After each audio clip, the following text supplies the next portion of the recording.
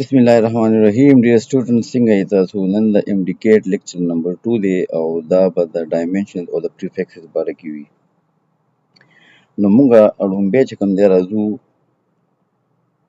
او خبره کوو په dimension باندې. نو dimension څه ته وایي او موږ به نن مختلف قسم physical quantities په dimensions باندې خبره هم کوو. ډایمنشن موږ دې ته وایو چې کله موږ یو فزیکل کوانټیټي بیس کوانټیټي ته ورسوو ته ډایمنشن ویل کېږي. لکه موږ دلته کې یو مثال اخلو د ورک یا د انرژي. نو موږ ته پته ده چې ورک چې کوم دی نو هغه W = F ډاټ S برابر دی. اوس F چې کوم دی نو دا موږ سره د ماس او د اکسلریشن ملټیپلیکیشن دی، یعنی F = ma. ټیک شوه. او ډسټنس چې کوم دی هغه S شو. نو اوس که تاسو دلته کې وګورئ نو ماس موږ سره یو بیس کوانټیټي ده، نو دې لپاره کیپیټل M راغو. اکسلریشن چې دی دا موږ سره ویلاسټي بای ټایم برابر دی، یا که موږ وګورو نو د اکسلریشن یونټ چې دی نو هغه میټر پر سیکنډ سکویر دی. نو میټر چې دی دا د لینث یونټ دی او سیکنډ سکویر دا د ټایم یونټ دی. نو L بای ټي سکویر یعنی L لینث او دا ټایم سکویر دا د اکسلریشن یونټ نه چې کوم دی نو موږ دا راوویستو. نو د اکسلریشن په دې باندې به راشي L بای ټي سکویر او دا د ډسټنس یا ډسپلیسمنټ دې لپاره چې کوم دی L یعنی لینث راغو بیس یونټ چې کوم دی. نو ماس L سکویر او که دا ټایم د ډیوایډ نه بره بوځم نو د دې پاور -2 شي. نو دا ګوره دا ما سره د ورک ډایمنشن راغو چې موږ سره برابر دی د ماس لینث سکویر او ټایم پاور -2. نو په دې کې دا ټول کوانټیټیز که تاسو وګورئ دا بیس کوانټیټیز دي او داسې قسم هغه ته موږ ډایمنشن وایو چې کله موږ یو کوانټیټي چې کوم دی نو هغه بیس کوانټیټیز ته ور ورسوو ته موږ ډایمنشن وایو. نو موږ دا دلته کې د ورک ډایمنشن راوویستو. دې نه علاوه که تاسو وګورئ د انرژي او د ورک یونټ چونکې جول دی سیم یونټ دی، نو لهذا د انرژي هم همدغه ډایمنشن دی. دا به د انرژي هم راځي. که هر قسمه انرژي وي، که هغه کاینټیک انرژي وي، که هغه پوټنشل انرژي وي، که هغه هیټ انرژي وي، که هر یو انرژي وي هغه ډایمنشن به هم د دې برابر وي. ټیک شوه.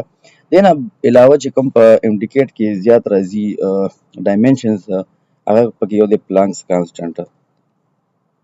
تاسو پیژنئ چې پلانکس کانسټنټ څه شی وي؟ د H = E/F برابر دی. اوس E څه شی ده؟ E موږ سره انرژي ده. نو انرژي موږ سره ml سکویر او T پاور -2 راغو او F چې کوم دی دا د ټایم ریسیپروکل دی. نو د دې لپاره به موږ T پاور -1 واچوو. ټیک شوه. لکه فریکوینسي چې کوم دی دا خو هرټز دی که نه، نو هرټز موږ سره بیس کوانټیټي یا بیس یونټ خو نه دی، دا به موږ د 1/T برابر اخلو. نو فریکوینسي په دې باندې به موږ 1/T یا T پاور -1 راشي.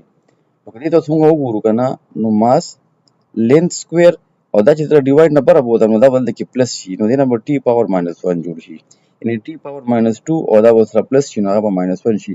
نو دا موږ سره د پلانکس کانسټنټ ډایمنشن راغو. دا به یاد ساتو. دوه کوانټیټیز موږ ډسکس کړل، یو پلانکس کانسټنټ او یو موږ انرژي او ورک او دا ټول موږ ډسکس کړل. بل دې نه پس یو ډېر اهم چې دی هغه مومنټم دی. نو مومنټم تاسو ته پته ده چې P = mv برابر دی. نو اوس دلته کې چې کوم دی نو دا ماس دی، نو دې لپاره به کیپیټل M راشي او ویلاسټي چې دی نو هغه لینث ډیوایډ بای ټایم شو، هغه به شي L او T پاور -1.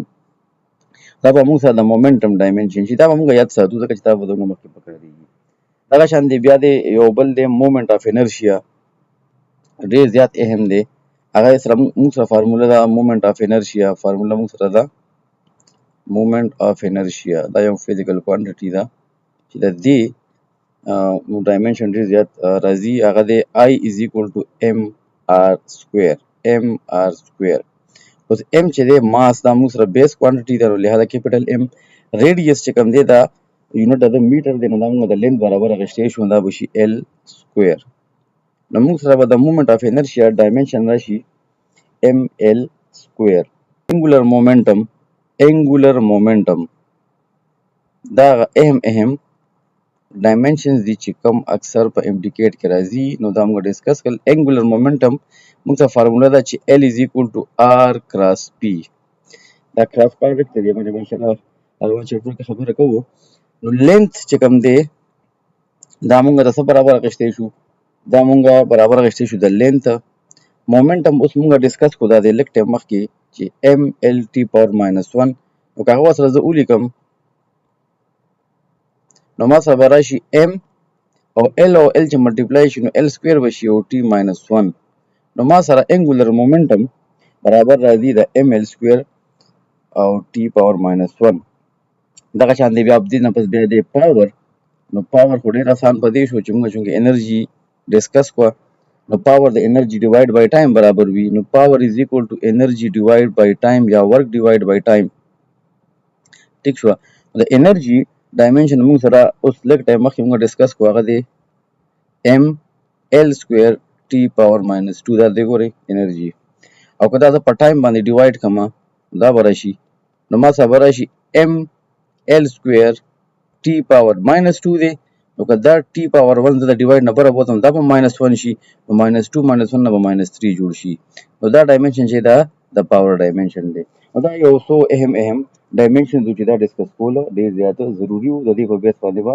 مختلف قسم MCQs موږ سالو کوو دې نه علاوه ننني لیکچر کې به موږ د پریفکسز باندې به یو څو MCQs سالو کوو او د هغې د حل کولو طریقه به هم زده کوو اسان MCQs دي خو اکثر بیا سټوډنټانو نه په ټیسټ کې غلط شي لومبه MCQs ته موږ راځو نو دی وایي چې the ratio of the dimension of Planck's constant and that of the moment of inertia is the dimension of what دلته کې دوه خبرې شوي دي تاسو وګورئ نو dimension of Planck's constant او دویم چې دی نو moment of inertia خبره شوې ده نو دا ایله موږ ډسکس کړه دا دې ریشو راویستل دي نو که موږ د Planck's constant dimension والو نو اوس موږ ډسکس کړو چې دا Planck's constant dimension دی چې ML سکویر T پاور ماینس 1 او ریشو چا سره اخیستل دي مومنټ اف انرشیا سره نو مومنټ اف انرشیا لږ ټایم مخکې موږ وویل چې هغه ML سکویر برابر دی نو که تاسو وګورئ دا M او M به کینسل شي L سکویر او L سکویر به هم کینسل شي نو موږ سره به T پاور ماینس 1 راشي نو T پاور ماینس 1 د چا ډایمنشن دی دا د فریکوینسي ډایمنشن دی د فریکوینسي نو که تاسو وګورئ نو دلته تاسو سره آپشن نمبر A چې دی هغه فریکوینسي ده نو دې کې به دا MCQ ده دا آپشن به زموږ کریکټ وي ټیک شوه د فریکوینسي یونټ ډایمنشن ولې T ماینس 1 موږ لیکو ځکه چې موږ ته پته ده چې فریکوینسي د 1 اوور T برابر دی یعنی 1 اوور ټایم پیریډ برابر دی نو ټایم چې کوم دی دا موږ سره بیس کوانټیټي ده لہذا د فریکوینسي ډایمنشن دا چې موږ ډیوایډ نه بره بوځو دا موږ سره T پاور ماینس 1 راځي ټیک شو دا به یاد ساتئ ښه بیا که موږ دویم MCQ ته راشو دی وایي چې د ډایمنشنل فارمولا ML سکویر T پاور ماینس 3 ریپرزینټس لږ ټایم مخکې موږ ډسکس کړ چې ML سکویر T پاور ماینس 3 چې دی دا د چا ډایمنشن دی نو دا د انرژي ډیوایډ بای ټایم یعنی دا د پاور ډایمنشن دی لږ ټایم مخکې موږ دا ډسکس کوو دریم نمبر د ریشو اف د ډایمیټر اف ا سرکل ټو سرکمفرنس اف سرکل ډایمیټر اف سرکل او سرکمفرنس اف سرکل نو که دا د ریشو واخلم نو ډایمیټر خو د D برابر شو او سرکمفرنس اف سرکل چې څه ته موږ 2 پای R لیکو نو که زه د 2R په دې باندې ډایمیټر واچوم دا به پای D شي نو ریشو اف ډایمیټر اف سرکل او سرکمفرنس اف سرکل نو که زه سرکمفرنس په دې باندې پای D واچوم نو ما سره به D او D کینسل شي نو ما سره به 1 اوور پای راشي نو دا دې ګوره ما سره 1 اوور پای دا ما سره کریکټ آپشن راځي دغه شانتي که تاسو MCQ نمبر 4 وګورئ Planck's constant has dimension of the Planck's constant dimension د چا برابر راځي نو که تاسو لږ شان مخکې تاسو هغه کتلی وي نو د Planck's constant dimension تاسو چک کړئ ML سکویر او T ماینس 1 برابر دی او همدغه ډایمنشن که تاسو وګورئ دا د انګولر مومنټم هم دی یعنی ML سکویر T پاور ماینس 1 یعنی دا د Planck's constant dimension دی او دا د انګولر مومنټم ډایمنشن دی دواړه بالکل سیم ټو سیم دي دا یو چې د Planck's constant dimension چا سره سیم راځي نو دا د انګولر مومنټم سره سیم راځي بیا دی چې د ډایمیټر د ډایمنشن اف 8 پای د دې ډایمنشن بسی وي نو که تاسو وګورئ 8 موږ سره یو کانسټنټ ویلیو ده پای هم موږ سره یو کانسټنټ ویلیو ده نو دا خبره په ډایمنشنز کې یاد ساتئ چې د کانسټنټ ویلیو ډایمنشن به تاسو سره نه وي هغه تاسو سره د 1 برابر وي د کانسټنټ ویلیو ډایمنشن به تاسو سره د 1 برابر وي دې کې تاسو سره وګورئ کومه ویلیو د 1 برابر ده نو دلته کې موږ سره وګورئ M پاور 0 L پاور 0 ینه 1 راځي نو لہذا موږ سره د 8 پای ډایمنشن دا دی ٹھیک شو همیشه یاد ساتئ چې د کانسټنټ ویلیو ډایمنشن به همیشه تاسو سره د 1 برابر وي red light has a wavelength of 7000 angstrom. تاسو نه دا په څه کې غواړي؟ تاسو نه دا په مایکرو میټر کې غواړي، مایکرومیټر. اوس مایکرو چې دی په پریفکسز کې مایکرو موږ سره د 10 پاور ماینس 6 برابر دی. انګسټرام چې دی دا موږ سره 10 پاور ماینس 10 میټر برابر دی. ٹھیک شو؟ نو که موږ د 7000 انګسټرام په ځای باندې